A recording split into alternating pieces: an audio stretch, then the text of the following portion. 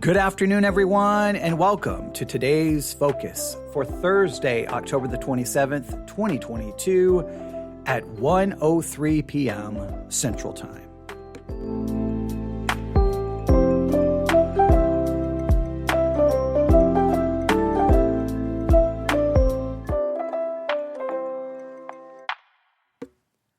Waiting. Do you hate waiting? Does waiting drive you absolutely crazy?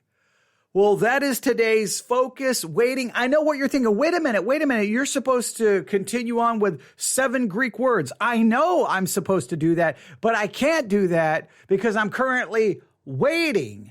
Waiting is all I have been doing since 8 a.m. this morning. You see, our dryer broke last week, and they're going to send someone out to fix it. And that was supposed to occur this week, today, somewhere between 8 a.m. and noon, I think. I think that was the window, somewhere around that time. And, well, guess what? It's now 1:04 p.m. Central Time, and no dryer repair person has shown up at my house. No one has called the phone that I have right here. Hear that? No one has called. No one has knocked on the door. No one has done anything. So I've just been sitting, waiting. I've walked up the stairs to the studio here to do a live broadcast. And I'm like, well, do I do one? I mean, I don't know. What can I do? And so I've just been waiting. And guess what? I've been getting more frustrated by the minute. And I know what you're saying, but wait a minute. You did a today's focus on frustration. Didn't you learn anything? Well, it's easy to talk about frustration and how you're supposed to handle it. It's another thing when waiting is involved. Waiting is defined, if you don't know the definition for waiting, the actual definition. Waiting, the action of staying where one is or delaying action until a particular time or until something else happens.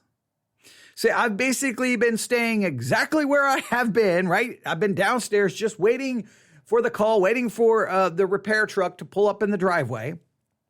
I've been delaying action. I haven't been able to do a live broadcast until something happens, which is the repair person showing up. And the repair person has yet to show up. No phone call, no notification, nada, nothing, zilch, zero.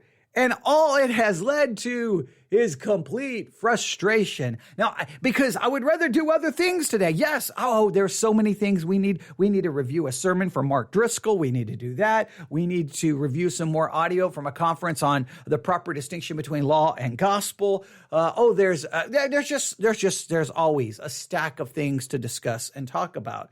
But I cannot do anything. So all I felt I could do was turn on the microphone really quick. Tell everyone, hey, today's focus is waiting. So here's what I want you to think about today. Here's what I want you to focus on today. I want you to focus on a theology of waiting.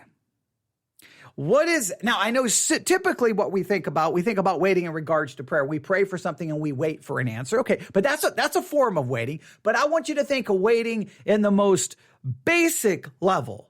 When you're waiting for someone, how do you handle it? In other words, I want you to have a theology of waiting. What is a correct way, a correct theological and biblical way to view waiting? And what is the biblical and theological way of properly handling waiting? I do not like to wait. All right. I'll just tell you, people who run behind and are late, I have not pleasant thoughts. I don't, because I feel like when someone is always late, always running behind, and people always have to wait on them, I believe the person always running late is a straight up narcissist because they think the world revolves around them, right? They think, oh, you can just wait on me. I'll get there whenever I get there. Oh, I told you I was going to be there at 10. I'll get there at 10:30. That is so arrogant to think the world revolves around. It doesn't revolve around you. You say 10 o'clock, you get there at 9:58. I mean, you show up on time because other people have things to do. And well, I have other things to do, but you begin to see the problem here, right? Because when I get frustrated about when I get upset or I get frustrated about waiting, just listen to me, you're making me wait. The focus becomes about me. So in some ways, I think the person who's narcissistic, they only think about themselves. So I think the person who's late, I think they're narcissistic because they only think about themselves. But those of us who get so frustrated about waiting or people running behind or anything, are we a little bit narcissistic ourselves?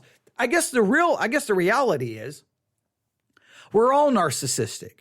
How do I always define sin? Right? Sin, where the essence of sin is I. The essence of sin is I. And it's a little play. Obviously, the middle letter of sin is I. But I think the essential essence, the nature of sin is I. It's self-worship. It's I. We focus on self, care about self,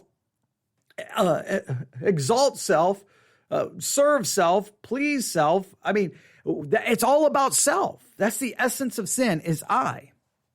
I say that all the time, only because I'm very painfully aware of it. So here today, I have been focusing on me. I haven't been focusing on anything else.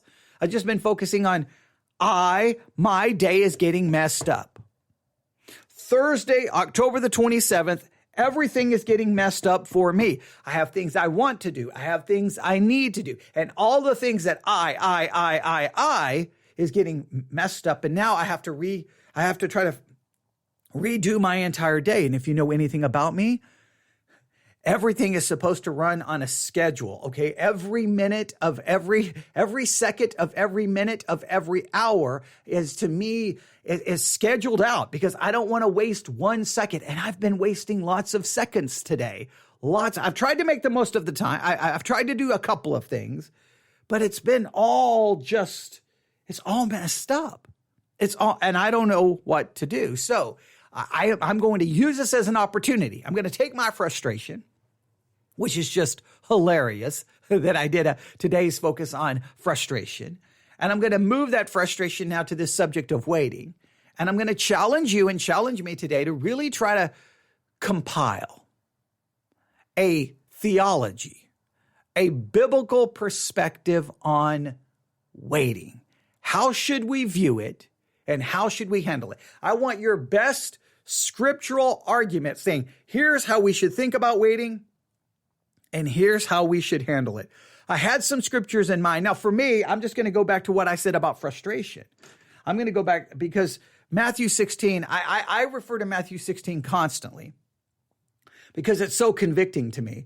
But in Matthew chapter 16, remember Peter and the disciples are told that Jesus tells them that he's going to be crucified and he's going to die. And let's just say Peter is not a fan of these words. Peter gets upset. He's like, nope, that's not going to happen. Nope, that's not going to happen. That is not going to occur. I'm not going to let it happen. Peter is like, nope, that's not according to my plan or my will.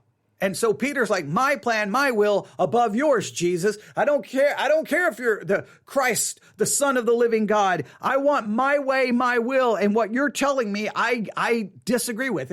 And well, Jesus says, get thee behind me, Satan.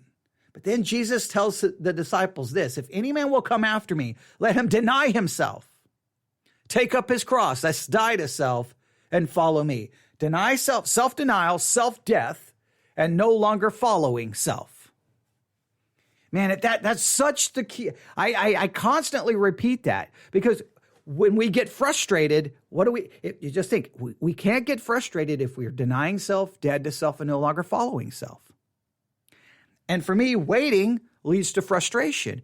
But if I was denying self, dead to self, and no longer following self, would waiting bother me? How should I view waiting from a biblical perspective? And does waiting bother you? This is a very practical focus for today. Today's focus is, you can't get much more practical than this, because I'm assuming that at pretty much countless times a week, something happens where you have to wait. You have to wait. You have to wait on someone. You have to wait for something. And you either are stuck staying right where you are, you can't move on, or something is delayed because you are waiting. You may be one of those people. You're calm. It doesn't bother you. Now, please note, that just may be your personality. It may have nothing to do with spirituality. It just may be your own personality. All right, but do we understand and view waiting from a biblical perspective, and what does that look like? What is the biblical way to look at waiting? What I want to say is I should never have to wait, and anything that makes me wait is a sin. Okay, that's what I should. I need to find a verse that says, if you make me wait, you have sinned against me, God, and everything that is holy. That's what I should, but I don't think that's the biblical way. I think the biblical perspective is not to focus on what's causing me to wait, and not to focus on maybe the person causing me to wait. I think I'm supposed to focus, one, on how I'm thinking about it, and then how do we view God's sovereignty in waiting? Am I to view my waiting today as somehow, God works all things according to his good pleasure, and that somehow this was God's plan today? Anytime, should I view waiting as simply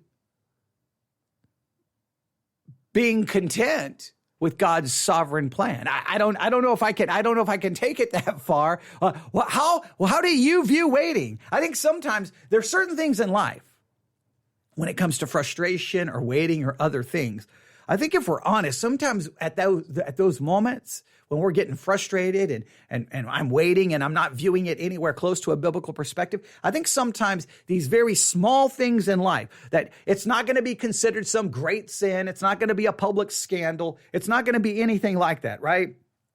You get frustrated, you get irritated, you're griping at someone in your family, you kind of snap back at them, or whatever the case may be. All these things that we do that just shows our sinful nature and our problems. I think so many times without thinking about it, we don't even realize what we're doing. So many times in these situations, these very common situations of life, we really do think and act and feel like a practical atheist. In other words, at those moments, God doesn't even exist. There's no heaven, there's no hell, there's no devil, there's no God. It's just, wait, why am I waiting? Wait, why did you do this? I'm frustrated, I'm irritated, I'm bothered by this.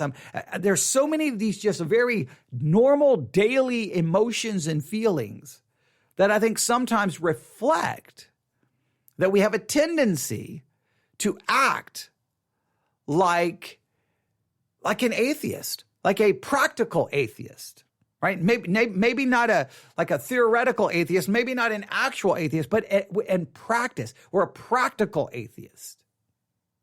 At that moment, we are living, in a sense, practicing, we're living out our life as if God no longer exists. So today, all I could see is, wait, why isn't the phone ringing? Why isn't the repair guy here? Or repair person, I should say. Why? Because I don't know if it's male or female. The repair person, where are they at? All I could focus on was I didn't bring God into the equation. I'm just waiting. I'm not thinking about God. I'm getting frustrated. I'm not thinking about what God's sovereignty, his will. Now, God, at that moment, God didn't exist. You know what existed? My plan, my schedule, my day, my time. Now I'm irritated. Now I'm frustrated, which is probably going to mess up the rest of the day because it's not going according to my plan. Oh, come on. I can't be the only one. I can't be the only one. So what is a biblical perspective, a theological perspective on waiting, on how we should think about it and how we should react to it? Send me your thoughts, the scriptures you would point out, to newsif@yahoo.com, newsif@yahoo.com, newsif@yahoo.com. Phone still hasn't rang. Still nothing. Still nothing. So I'm going to continue waiting and trying to figure out how I should think about it and how I should respond to it. Thanks for listening. That is today's focus.